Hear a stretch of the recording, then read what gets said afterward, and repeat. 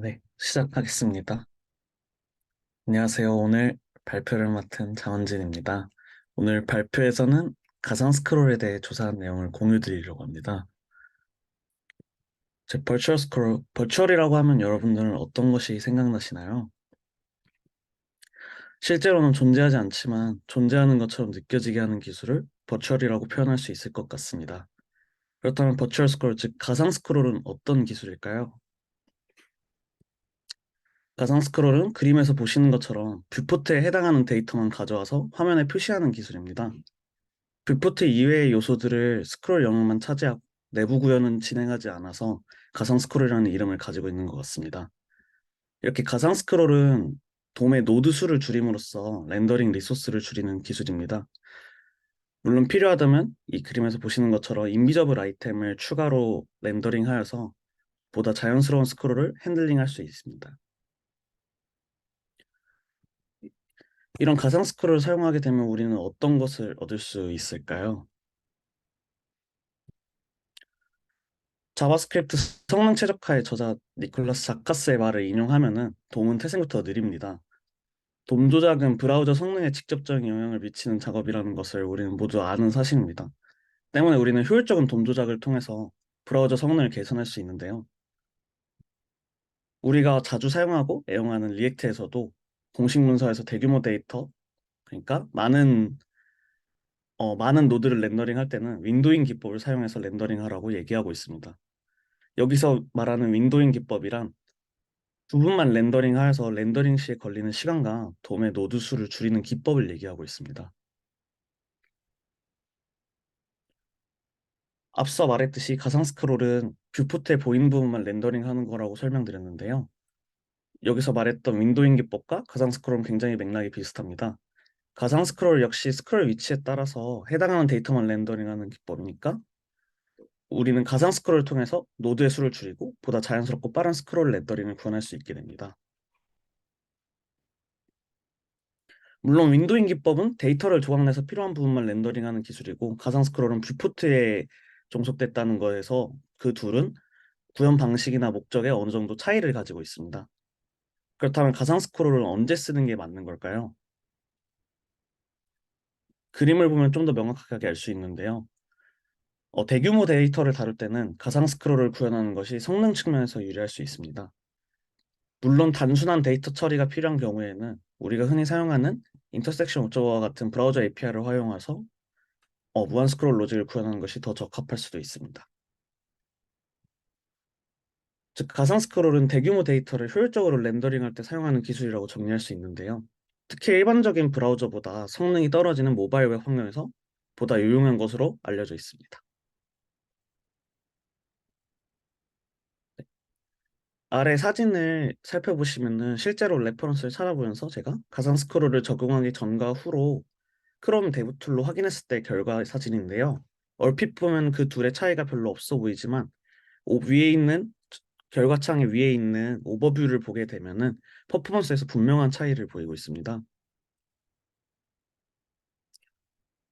그래서 레퍼런스를 찾으면서 가상 스크롤이 상황에 따라서 유의미한 작업이라는 것을 명확하게 인지할 수 있었습니다. 그래서 직접 가상 스크롤을 이용해 보고자 토이 프로젝트를 생성해 보았습니다.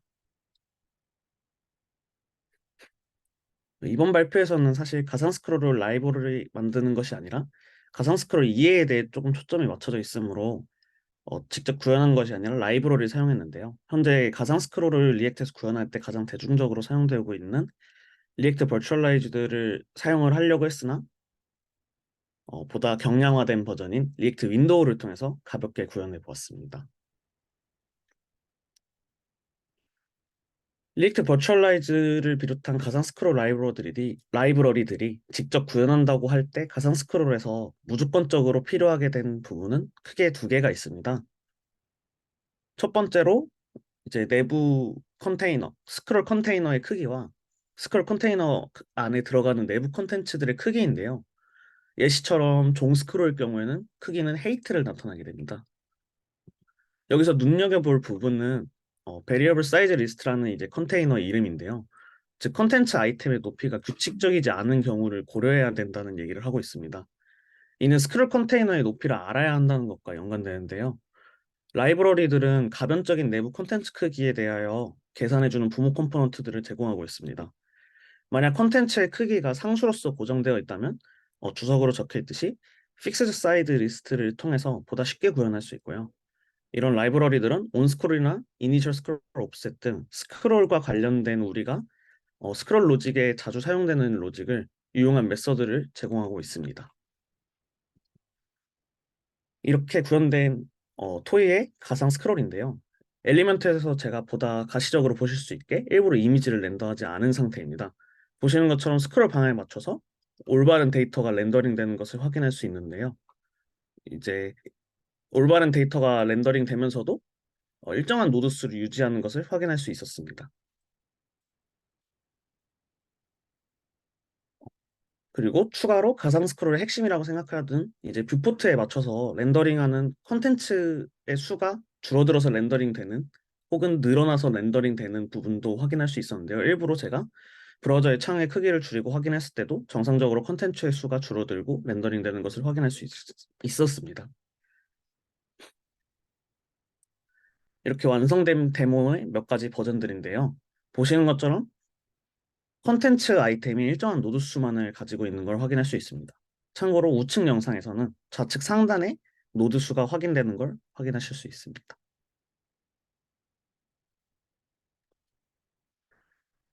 추가로 이번 발표에서 다루지는 않았지만 이제 리액트 윈도우 혹은 리액트 버추얼라이저가 자주 쓰이는 이제 라이브러리인 리액트 윈도우 인피니티 로더나 혹은 다른 로직을 이용해서 추가 패치에 따라서 가상 스크롤을 구현해야 할 때나 혹은 윈도잉 기법을 사용해서 적용해야 될 캐싱 전략 등 여러 가지 최적화 부분에서 추가로 생각할 수 있는 부분들이 여러 가지가 있습니다.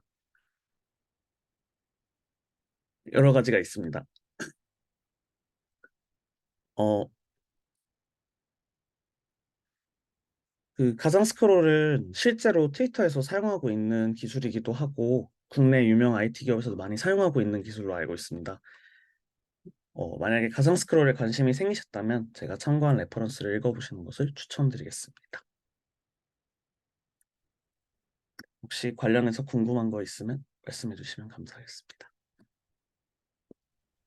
어, 저 질문이 있는데 질문해도 괜찮을까요? 네네. 그러면 결국 가상 스크롤이라는 게 저희 일반적으로 그 무한 스크롤 구현할 때와는 다르게 그 대용량 데이터를 일단 한 번은 불러와야 되는 거죠. 네, 맞습니다. 네, 그러면 아까 그 마지막에 붙여주신 그 한 번에 모든 데이터를 다 불러오지 않고도 뭔가 동적으로 데이터를 가져오면서 이런 윈도우 기법을 적용할 수 있는 것들이 있다라고 했는데 그게 어떻게 되는 건지 조금 궁금해서 간단하게라도 원리를 알 수 있을까요? 데이터를 이제 그 부분은 이제 지연 로딩 같은 경우는 데이터를 결국엔 들고 있는 거는 리액트 환경에서는 똑같고요. 일반적으로 무한 스크롤을 구현할 때와 같이 데이터를 추가적으로 불러와서 그 데이터를 들고 있고 스타트 인덱스와 이제 피니시 인덱스를 이어받아가지고 그 부분만 동적으로 렌더링을 하게 되는 겁니다. 가상 스크롤을 구현하게 되는 경우에는. 하지만 그 안에서 이제 데이터를 들고 있는 부분에서 캐싱 전략을 조금 추가적으로 생각할 수 있다는 것을 설명해 드린 거고요. 이제 일반적으로 그래서 지연 로딩을 구현할 때 그 안에 있는 렌더 아이템이라는 함수를 넣어야 되는데 이 부분에 대해서 어, 추가로 옵저버를 우리가 구현하듯이 옵저버를 구현하고 그렇게 추가 패치하는 로직을 추가로 넣는 것보다 리액트 윈도우 인피니트 로더라는 라이브러리를 다들 사용하는 것처럼 보였습니다. 감사합니다. 저도 질문 하나 있었는데, 결과적으로 벌처 스크롤을 사용하는 거는 퍼포먼스 측면에서 이제 좋긴 해도, 모든 기술에는 또 단점이 있을 수도 있잖아요. 그래서 그 단점이 뭔가 또 궁금하게 됐던 것 같아요. 장점 위주로 좀 저희가 얘기를 했던 것 같아서, 그 부분은 또 원진님이 얘기해 주시면 좋을 것 같습니다. 네. 그 버추얼 스크롤은 또 결국엔 돔을 직접적으로 조작을 하게 되는 거기 때문에 엄청나게 빠른 속도로 스크롤링이 일어나게 되면은 마찬가지로 좀 더 UX적으로 반짝임이 있는데요. 이 부분을 해결하기 위해서 반드시 이제 어, 제가 스켈레톤이라는 표현밖에 생각나지 않지만 이 부분을 해결하기 위해서 반드시 그런 후처리 부분들이 조금씩 필요합니다. 어, 혹시 그 뭐라 그러죠? 무한 스크롤이 아래로만 있는 게 아니라 위로도 있는 게 뭐라고 하는지 모르겠는데 제가 그 농구장 예약 서비스 계속 만들다가 그 위아래로 해야 되는 경우가 있었거든요. 근데 네네. 그때 이제 어떤 뷰였냐면 위로도 그러니까 날짜를 보고 싶은 거예요. 근데 처음에는 날짜를 다음 날 버튼을 누르면 다음 날로 넘어가고 하는 건데 예약을 예약을 꼭 하루에만 하는 게 아니더라고요. 예약을 아, 10시부터 다음 날 1시까지 할 수 있으니까 다음 페이지에 있으면 안 되는 거죠. 그 유저 입장에서는. 네네. 그래서 이제 무한 스크롤을 수직으로 해서 시간을 어 이제 쭉 나열하고 위로도 뷰가 있고 아래로도 뷰가 있는 그 시간을 구현을 했어야 되는데 처음에 생각은 이거를 무한 스크롤을 위아래로 하면은 되지 않을까 했는데 이게 한 7일 정도를 계속 더 받아오면 이게 뷰가 너무 길어지니까 렉이 엄청 걸리더라고요. 이 모바일 뷰에서 특히. 근데 맞습니다.